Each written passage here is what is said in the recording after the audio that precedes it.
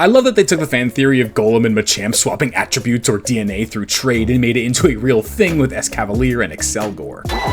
Orbiting a Mall and World Champ Escavalier here is going to be a tough one to judge for a playthrough. Bugsteel is an incredible and arguably my favorite type in the game with a whopping 9 resistances, 1 weakness, and 1 immunity. Its stats are also kind of insane. 135 attack is great, and 105 in both defenses is very good. But its 20 speed is the question. However, even if we ignore Trick Room's existence, I don't think it's that much of an issue. Sure, it's going to be outsped by everything, but it has access to both Iron Defense, Swords Dance, and a plethora of great offensive moves. I don't know how it won Worlds, I don't watch competitive, but even in a playthrough, this thing is an absolute tank. 4.5 stars in battle prowess. But it is a trade evolution, so that means it does take a penalty from Carablast 3.5 down to 2.5 stars in availability. And as I've said at the start, I've always loved the DNA mixing for a trade evolution idea, and these Pokemon kind of do that, but in their own unique way. Instead of mixing DNA to mix attributes, Carablast, the snail-eating beetle, hunts down the snail's Shelmet and takes their heavy shell to turn it into a suit of armor.